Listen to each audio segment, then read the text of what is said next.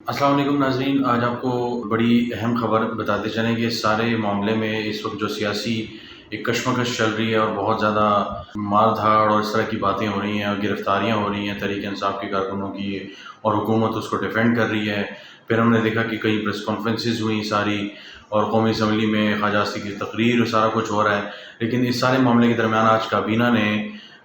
دو اہم ترامیم کی ہیں جو الیکشن ایکٹ ہے 2017 کا، اس میں، اور وہ اہم ترامیم یہ ہیں کہ اوورسیز پاکستانی کا جو وہ ووٹ کا حق ہے، اور دوسرا جو الیکٹرانک ووٹنگ، تیسرا جو بائیو میٹرک ہے، یعنی بائیو میٹرک اور جو الیکٹرانک ووٹنگ ہے تینوں، اور اوورسیز کا ووٹ کا جو حق ہے، یہ سارا ان حوالے سے دو امینڈمنٹس حکومت پاکستان نے، تحریک انصاف نے، جو نومبر 2021 میں کی تھی، ان کو باقاعدہ طور پہ رول بیک کر دیا گیا ہے ایک قسم کا۔ اور اب یہ ترمیم کی گئی ہے جو کابینہ نے منظور بھی کر دی ہے کہ الیکٹرانک ووٹنگ کے حوالے سے، اوورسیز کے حوالے سے، یا ای ووٹنگ جسے کہتے ہیں، اور بائیو میٹرکس کے حوالے سے جو الیکشن کمیشن آف پاکستان ہے وہ ایک بائی الیکشنز میں ایک پائلٹ اسٹڈی کرے گا، اور اس کے بعد وہ ڈیٹیلز جمع کروائے گا، اور اس کے بعد یہ فیصلہ کیا جائے گا کہ آیا اس کو آگے بڑھایا جائے یا نہ بڑھایا جائے۔ لیکن آپ کو میں بتاتا چلوں کہ یہ ایگزیکٹلی وہی چیز ہے جس کے لیے حکومت، خاص طور پہ پاکستان جو مسلم لیگ نواز ہے، اور اس کے علاوہ پیپلز پارٹی ہے، اور دوسری جو اتحادی جماعتیں ہیں، ان کا حکومت میں آنے کا بڑا جو مقصد تھا اس میں سے ایک یہ تھا کہ یہ ریفارمز کرنی ہے، یعنی اصلاحات کرنی ہے الیکشن کی۔ تو اصلاحات نہیں تھی بیسیکلی، جو پی ٹی آئی کا جو بہت زیادہ ووٹر ہے، وہ اوورسیز جو نمبر آف پیپل ہیں اس میں سب سے زیادہ وہ پی ٹی آئی کے ہیں، تو ان کو اس چیز کا احساس بھی ہے۔ اور پاکستان کے تقریباً 82 لاکھ افراد جو ہیں، 8.2 ملین اوورسیز رہتے ہیں، جس میں بچے بھی شامل ہیں، اور اگر اس میں بچوں کو نکال دیا جائے تو 65 لاکھ کے قریب بچے